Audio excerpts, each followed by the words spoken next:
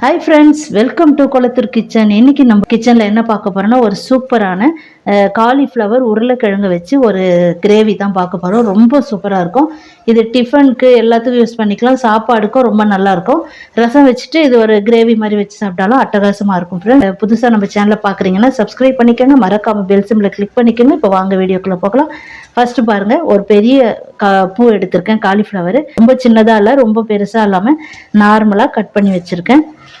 இப்போ ஒரு பாத்திரத்தில் தேவையான அளவு தண்ணியை கொதிக்க வச்சிடலாம். கொதிக்க வச்சுட்டு அதில் ஒரு நல்லா கொதிச்சதுக்கப்புறம் ஒரு அரை ஸ்பூன் அளவுக்கு உப்பு போட்டுக்கலாம். உப்பு போட்டுட்டு நல்லா சேர்த்துட்டு அதுக்கப்புறம் கட் பண்ணி வச்சுருக்கிற இந்த காலிஃப்ளவரை உள்ளே நம்ம சேர்த்துட்டு தட்டு போட்டு மூடி வச்சிடலாம். இந்த காலிஃப்ளவருக்குள்ளே இருக்கிறதான சின்ன சின்ன பூச்சிலாம் வெளியே வந்துடும். அதுக்கப்புறம் எடுத்து காயை நம்ம தண்ணியெல்லாம் வடிகட்டிட்டு அதுக்கப்புறம் இன்னும் ஒரு 2 முறை பச்சை தண்ணியில் நல்லா க்ளீன் பண்ணி எடுத்துக்கலாம்.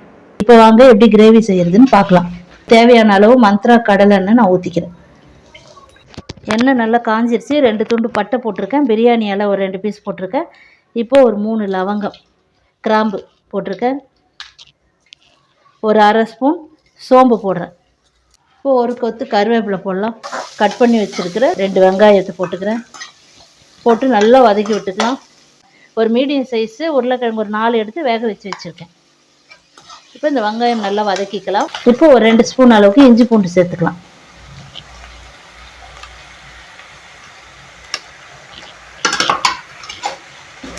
இஞ்சி பூண்டு சேர்த்துட்டு நல்லா அதோடைய பச்சை வாசனை போகிற அளவுக்கு வதக்கி விட்டுக்கோங்க. இப்போ கட் பண்ணி வச்சுருக்கிற ஒரு 2 தக்காளியை போட்டுக்கலாம். எல்லாம் மசிஞ்சு வரட்டும். கூடவே உப்பு சேர்த்துக்கலாம்.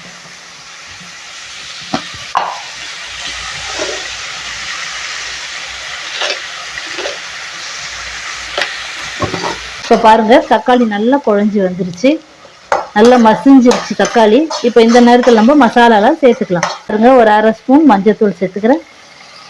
கரம் மசாலா ஒரு அரை ஸ்பூன் சேர்த்துக்கலாம். குழம்பு மிளகாய்த்தூள் ஒரு 2 ஸ்பூன் சேர்த்துக்கிறேன். நீங்கள் தனி மிளகாய்த்தூள் வேணும்னா கூட நீங்கள் தனித்தனியாக சேர்த்துக்கோங்க. இது காலிஃப்ளவர் கிரேவி மசாலா, அதை ஒரு 2 ஸ்பூன் சேர்த்துக்கிறேன். சேர்த்துட்டு நல்லா மிக்ஸ் பண்ணிக்கலாம். நல்லா வேக வச்ச உருளைக்கிழங்கு அதையும் சேர்த்துக்கிறேன். இது சப்பாத்திக்கெல்லாம் பார்த்தீங்கன்னா அவ்வளோ சூப்பராக இருக்கும், ரொம்ப அட்டகாசமாக இருக்கும் சப்பாத்திக்கெல்லாம். இப்போ இந்த காலிஃப்ளவர் இதையும் சேர்த்துக்கிறேன்.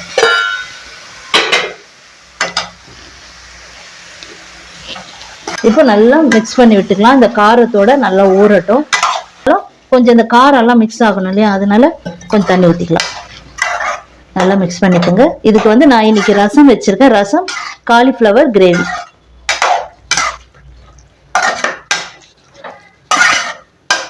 இப்போ நல்லா மிக்ஸ் பண்ணிக்கலாம். அவ்வளோதான். உப்பு கம்மியாக இருந்தால் செக் பண்ணிக்கோங்க. இந்த நேரத்தில் நீங்கள் உப்பு கூட போட்டுக்கலாம். இப்போ பாருங்கள், நல்லா மிக்ஸ் பண்ணி விட்டு ஒரு மூடியை போட்டு ஒரு 5 நிமிஷம் அப்படியே விட்டுடலாம். இப்போ பாருங்கள், எடுத்துட்டு பார்க்கலாம். சூப்பராக நல்லா ரெடி ஆயிடுச்சு பாருங்கள். நல்லா கொதிச்சு வந்துருச்சு. இது கிரேவி தான், நான் தண்ணி அதிகமாக ஊற்றலை. பாருங்கள், சூப்பராக இருக்குது. இது அட்டகாசமாக இருக்கும். சாப்பாட்டுக்கு கூட நீங்கள் வச்சு சாப்பிடலாம். இப்போ அவ்வளோதான். இப்போ கொத்தமல்லி தழையை மேலே தூவிக்கிட்டு கேஸ் ஸ்டவ் ஆஃப் பண்ணிடலாம்.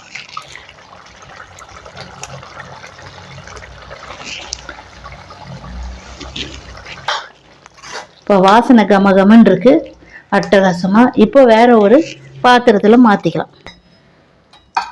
ரொம்ப அட்டகாசமான சுவையில் ரொம்ப நல்லா இருக்குங்க, ரொம்ப டேஸ்ட்டாக இருக்கும்.